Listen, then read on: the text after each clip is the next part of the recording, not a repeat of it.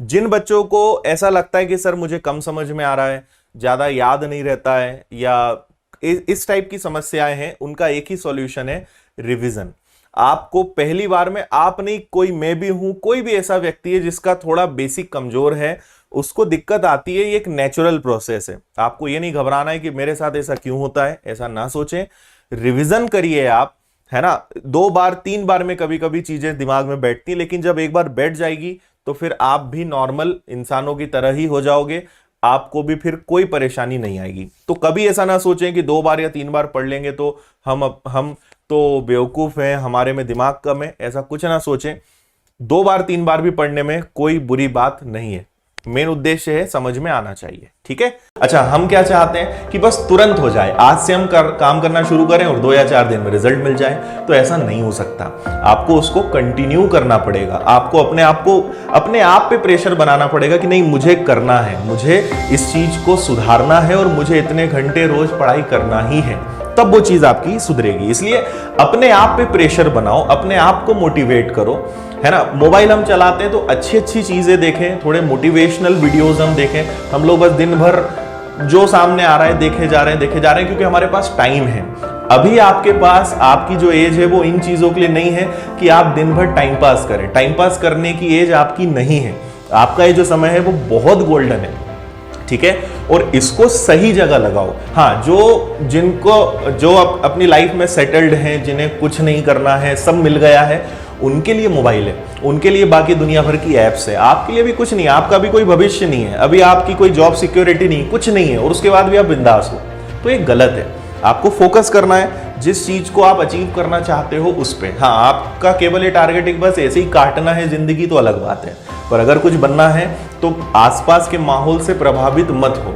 आप ये देखो कि पढ़ने वाले पढ़ाई कर रहे हैं, है ना, उनसे इंस्पायर हो, उनसे मोटिवेट हो। कि मैं किसी एक किताब को पढ़ के सिलेक्शन ले लूंगा, कभी भी सिलेक्शन किताब से नहीं होता है कि ये अच्छी है ये बुरी। कोई भी किताब लो, आप उस किताब के साथ खुद से कितनी मेहनत कर रहे हो, सिलेक्शन इससे होगा, है ना। मैं आपको कितनी बुक बता दूं, उससे सिलेक्शन नहीं होता।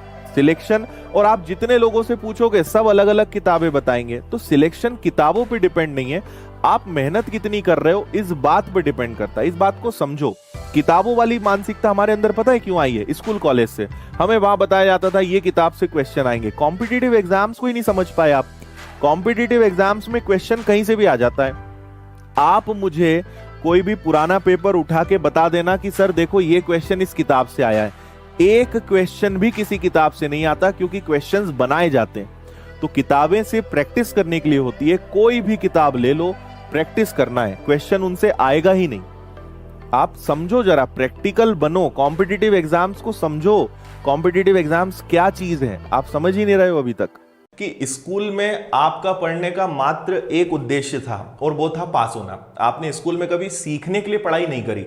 पर कॉम्पिटिटिव एग्जाम्स क्या होते हैं? यहां पे आपको पास होना उद्देश्य नहीं है, और आप अगर पास होने के उद्देश्य से पढ़ोगे, कभी आप इसमें पास भी नहीं हो पाओगे। कॉम्पिटिटिव एग्जाम्स में इंपॉर्टेंट होता है लर्न, मतलब सीखना। हम यहां पे कोई परसेंटेज के लिए, डिग्री के लिए नहीं पढ़ते। यहां पर हम पढ़ते हैं जॉब के लिए, सिलेक्शन के लिए। और सिलेक्शन कब होगा? जब आप चीजों को सीखेंगे। अगर आप अपने स्कूल कॉलेज के पढ़ने के तरीके को ही यहां भी फॉलो करेंगे, सक्सेस मिलने में बहुत दिक्कत आएगी।